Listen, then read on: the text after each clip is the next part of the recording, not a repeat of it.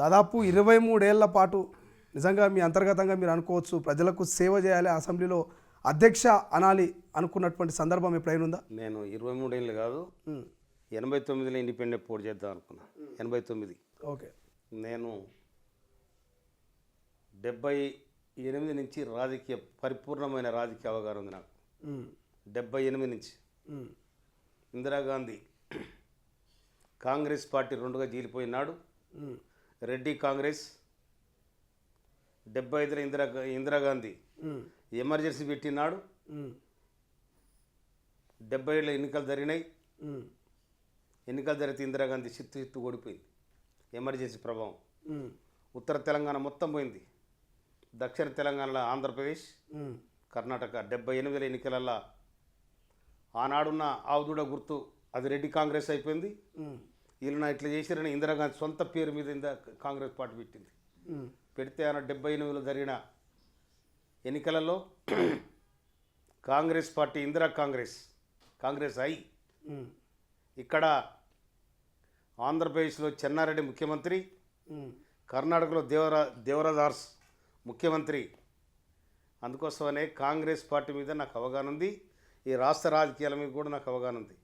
అప్పటి నుంచి నాకు ఎప్పుడైనా ఎమ్మెల్యే కావాలని కూడా నాకు గురి ఉన్నది. ఈ సమాజం కోసం నేను తప్పకుండా సర్వీస్ చేయాలని కూడా నాకు ఉన్నది. సర్వీస్ ఎట్లా చేస్తా, చట్టసభలో ఉంటేనే దానికి అథెంటిక్ ఉంటుంది. చట్టపరమైన హక్కుతోని మనము ప్రజలకు సేవ చేయొచ్చు అనేది నాకు ఆనందించే జ్ఞానం ఉంది. సో అనుకున్నారా నిజంగా అనుకున్న కళ నెరవేరుతుంది, అసెంబ్లీలో అధ్యక్ష అంట నా ప్రజలకు సేవ చేస్తా అని ఎప్పుడైనా కళ నెరవేరుతా అనుకున్నా? బాజాబ్తా అనుకున్నా నేను. బాజాబ్తా ఎన్నడైనా ఎమ్మెల్యేని అవుతారా అనుకున్నా నేను. అయితే నేను 89 నేను బేసికల్గానే సోషల్ వర్కర్, నేను సామాజిక కార్యకర్త. నేను 70 ఏళ్ళ నేను హై స్కూల్ టీచర్ను, రాత్రిబడి పంతులు. 70 ఏళ్ళ రాత్రిబడి పంతులు నేను. ఓకే. ఆనాడే నాకు సమాజం కోసం ఒక అవగాహన. తెలంగాణ సాహిత్యరహితంగా పోరాటం జ్ఞానం ఉంది మాకు. మా కుటుంబం కూడా నేపథ్యం ఉన్నది. ఓకే. తర్వాత డాక్టర్ బిఆర్ అంబేద్కర్ 70 ఏళ్ళ అంబేద్కర్ జయంతి చేసిన నేను మా ఊర్లో, మా సొంత ధర్మారంలో. 70 ఏళ్ళ అంబేద్కర్ జయంతి చేసినట్టు అప్పుడు నువ్వు పుట్టలేదు అనుకుంటా కదా. అందుకోసమనే ఆనాటి నుంచే నాకు కొంత సామాజిక స్పృహలు కానీ వ్యవస్థ మీద కానీ నాకు అవగాహన ఉన్నది. ఆర్థిక రాజకీయ సామాజిక కోణంలో నాకు ఒక అవగాహన అయితే ఉన్నది. అవగాహన ఇవాళ నన్ను అంత దూరం నడిపిస్తూ ఆనాడు తెలంగాణలో సాగుతున్న నరమేధం ఏతుందో నక్సలైట్ల పేరు మీద, లేకపోతే ఆనాడున్న రజాకారులు చేసిన దుర్మార్గాలు, తర్వాత తెలంగాణ 1969 తెలంగాణ ప్రత్యేక రాష్ట్ర ఉద్యమము, తర్వాత ఇవన్నీ కూడా 1996లో మళ్ళీ తెలంగాణ కావాలని తర్వాత మారోజు ఈరన్న, బెల్లి లలిత వీళ్ళందరూ కూడా కొట్లాడిన నేపథ్యం కూడా నాకు అవగాహన ఉన్నది. అందుకోసమనే నేను ఒక సామాజిక కార్యకర్తగా, ఒక ఉద్యమ జ్ఞానం ఉన్న కార్యకర్తగా నేను ఎప్పుడైనా కూడా చట్టసభలలో ఉండాలి. చట్టసభలతోనే ఏదైనా సమస్యను ప్రజల కోసం కొట్లాడటానికి అవకాశం ఉంటుంది తప్ప ఇండివిజువల్గా కొట్లాడితే కుదరదని నాకు అవగాహన. కాంగ్రెస్ పార్టీ టికెట్ ఇచ్చింది. అప్పుడే బీఆర్ఎస్ నుంచి ఫ్రెష్గా కాంగ్రెస్లో చేరిన సామెలకు టికెట్ ఇవ్వంగానే 50,000 పైచులకు మెజారిటీతో గెలిచారు. అంటే ఎట్లా అనుకోవాలి? ఇది ఒక అదృష్టం అనుకోవాలన్నా, మీ వెనక కార్యకర్తల కృషి అనుకోవాలన్నా, కాంగ్రెస్ పార్టీ ఇచ్చిన అవకాశం అనుకోవాలి? కాంగ్రెస్ పార్టీ ఇచ్చిన అవకాశం, నేను చేసిన కష్టం. 2001 నుండి 2023 వరకు నేను 2004లో కేసీఆర్ అప్పుడు టీఆర్ఎస్లో ఉన్నా. నేను కేసీఆర్ అప్పుడు సూర్యాపేట ఎస్సీ రిజర్వ్డ్, అది శామ్యుల్ నువ్వు పోటీ చేస్తావు అంటే, నువ్వు టికెట్ ఇస్తే పోటీ చేస్తావు సార్, పైసలు కూడా ఇవ్వాలి సార్ అని చెప్పిన. 2004లో డబ్బులు ఎక్కడి, అప్పుడప్పుడే ఉద్యమం. అది కాంగ్రెస్ అలయన్స్లో పోయింది. 2009 కేసీఆరే జనవరి 26 తారీఖు నాడు, 2009 జనవరి 26 తారీఖు నాడు నాకే ఫోన్ చేసింది, శామ్యుల్ నీకు డబ్బులు ఇస్తా, నీకు టికెట్ ఇస్తా, బ్రహ్మాండంగా తుంగతుర్తి అప్పుడే డీలిమిటేషన్ అయింది. తుంగతుర్తి నీకు మంచి పేరు ఉంది, నీకు బంధుత్వం కూడా ఉందట, నీకు సర్వే చేసుకుని నీకే టికెట్ ఇస్తానని చెప్పిండు ఆయన. సరే ఓకే సార్ అని చెప్పిన.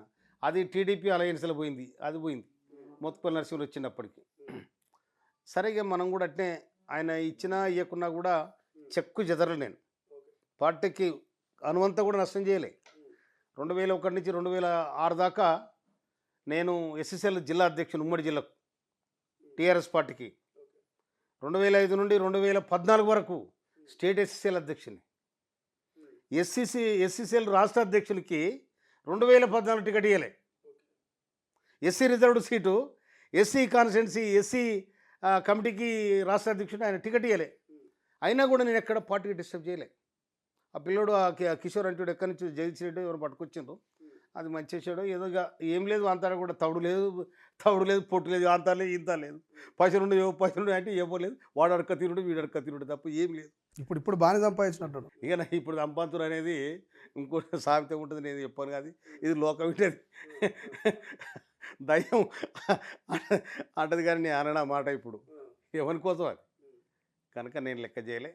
2018లో కూడా దాదాపు 150 కార్లు పెట్టి ర్యాలీ చేసిన. 2018లో అన్నిటికంటే ముఖ్యంగా 2016 నాకు ఇంత కార్పొరేట్ చైర్మన్ ఇచ్చారు. 2016లో స్టేట్ వేర్ హౌసింగ్ కార్పొరేషన్. అయితే అప్పటికి నేను ఆ కాన్స్టిట్యూన్సీకి సంబంధించిన వ్యక్తిని.